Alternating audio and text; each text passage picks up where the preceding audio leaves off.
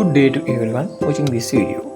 We are now going to discuss how to create the sign in and sign up page design of an e-commerce web application. Let's see how to create the design of a sign in and sign up page. This is the design I created for the sign up page. Let's see how we create the relevant component in the backend code. We can first see that I have added two background images to this. This blue image is and this image here, and I have also added the logo here.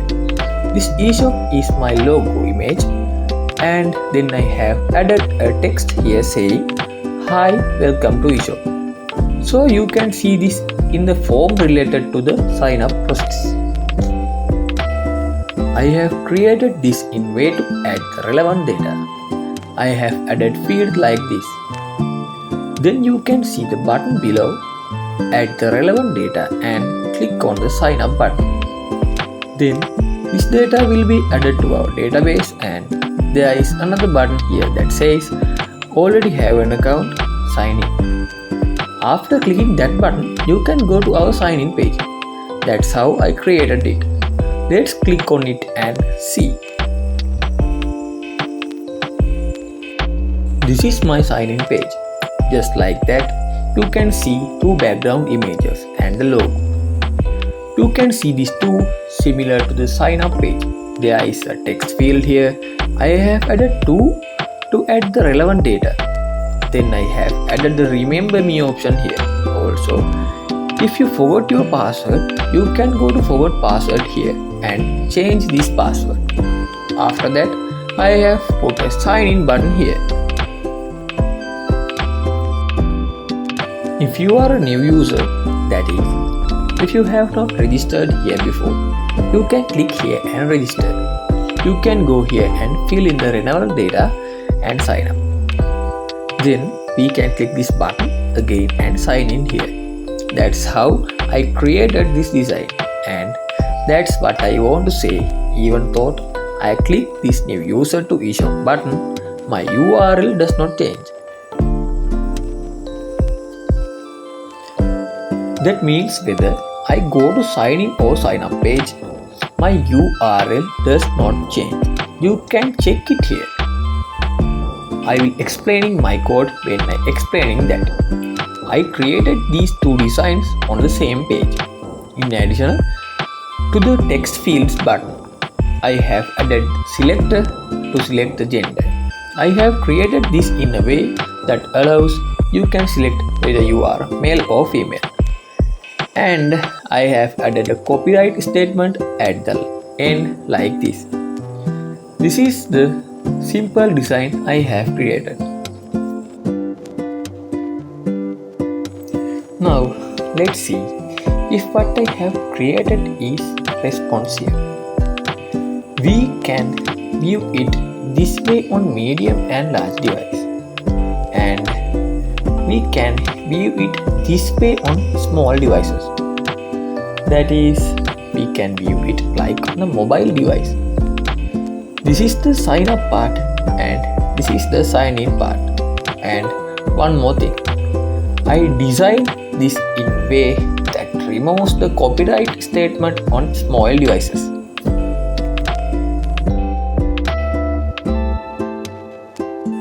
This is my backend code.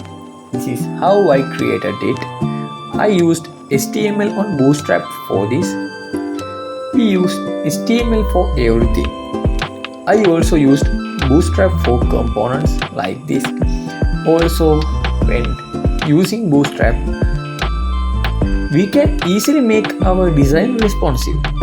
In some places, I have also used some of my own CSS. Let's first look at the CSS file that I linked like this. First, I will go to the CSS file. This is my CSS file. The first thing I have done here is that I have added the font I want here. In this way, we can see the font that has been added. I have added two fonts here, Quicksand and Honey. I have given the general font size here as 14 pixel. In this way, we can see the font we added in the design. This is the font called Honey. Then let's see how my logo is added. This is how I have linked my logo. This is the SVG logo that we have added. I have created all these things. The div itself is called container fluid. That is our main div. I have created all these things by creating rows inside the div and columns inside the rows.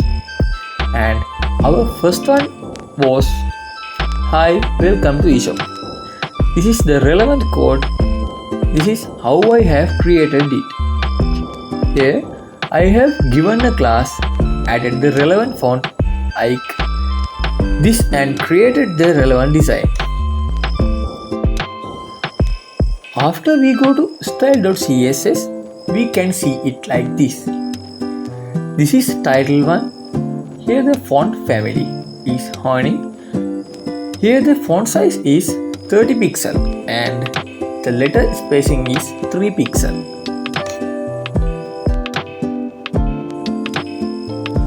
And when we go down a little further, we can see another div called background. This is the CSS for the div called background. I have added a background image like this. I have also given its position center, its size content. And this background has been called as no repeat. Also the image that I have added as the background image. Here is what you see.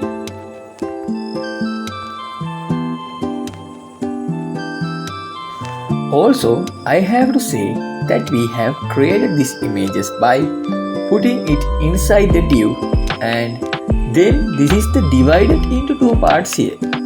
Sign up box and sign in box. Sign up contains things related to sign up. Sign in box contains things related to signing in. Here we can see the code related to sign up part. Also, it should be said that here in gender we have to select whether it is male or female. Gender is stored in a separate table in the database. That is why I have to create database connection here so that the relevant data can be loaded here. Also, after this sign up design, we can take care of the sign in design, which is how it related to it. Then I put a copyright statement here, which is how this sign in and sign up is completed. Let's now see how I have created my video to change. That is to change from sign up to sign in and sign in to sign up.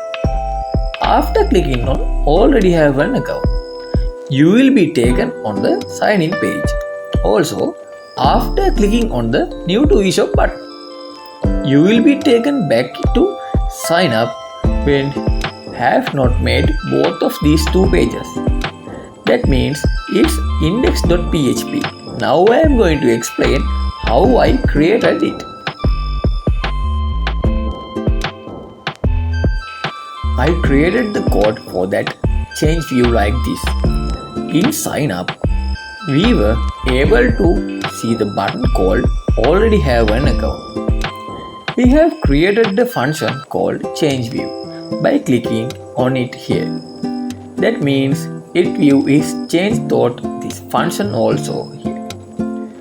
And for this new to eShop button, I have created a function called change view with on click here.